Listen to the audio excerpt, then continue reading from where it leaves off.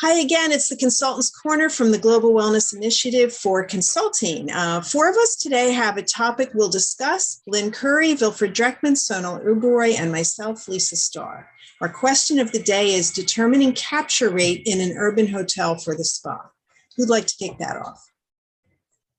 Well, I would like to start with the question, what is the capture rate? Because we have to define whether capture rate counts guests who are going into the spa in general, or is the capture rate the number of guests who use the spa for treatments?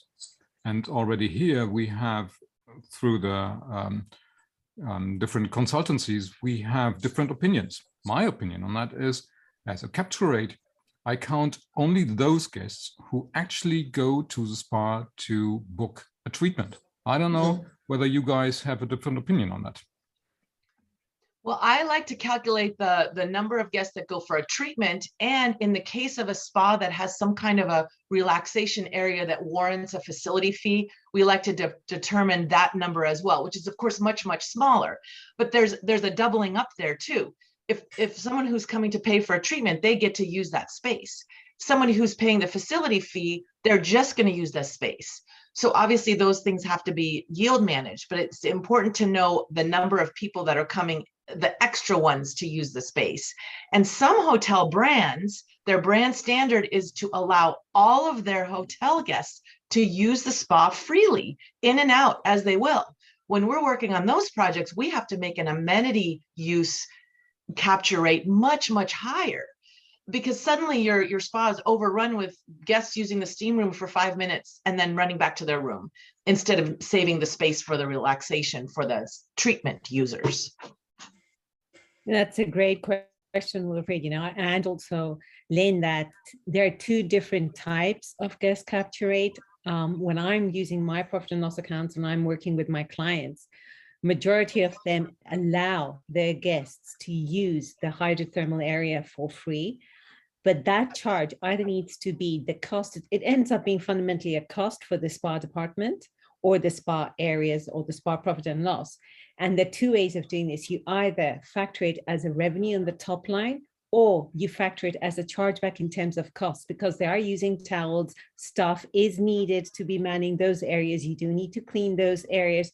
So that area needs to be serviced. So either there's a service fee or there's a revenue chargeback that will come out of the hotels or the room division's revenue, which never really hoteliers like, because obviously they do not enjoy decreasing the ADR, which affects their RevPAR and their RGI, which tends to be more of a cost factor. At the end of the day, we benefit in terms of profit.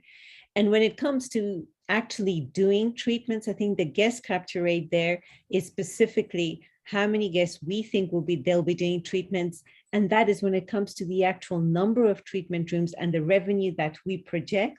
I tend to use two different guest capture rates.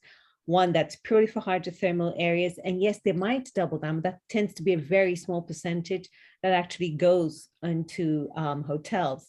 And then this capture rate, when we're talking specifically about treatments, there it varies so much. Again, like the number of treatment rooms, do we think 3% is a good hotel capture rate, 5%, 12%, or 20%? It depends so much on what kind of target audience is coming to the spa. And we saw in the pandemic that when most people couldn't move freely, everyone was actually having staycations within their own city. So some city hotels I've witnessed were enjoying 20, 25% guest capture rates, which you enjoy in the Maldives, And then now that things are opening up, you suddenly see them going to probably more realistic capture rates for what we are traditionally or conventionally used to, the 5%, 7%, and it varies so much from city to city and from hotel to hotel, in my experience. Well, that's good to hear a number, because I really do want to focus on what that number is in, again, an urban spa hotel, not in a resort or in a far-flung location. I think we historically used the 6% number for urban locations. Lynn, what would you say? Yeah, I usually use about 8%, but it depends. It can get lower. But one thing I want to mention is there's a misconception sometimes in the industry as I speak to people about that number. And sometimes people say, well, my capture is 50% local and 50% guests. Yeah. So there's two ways of looking at Mm. this, and the capture is your guests from your hotel.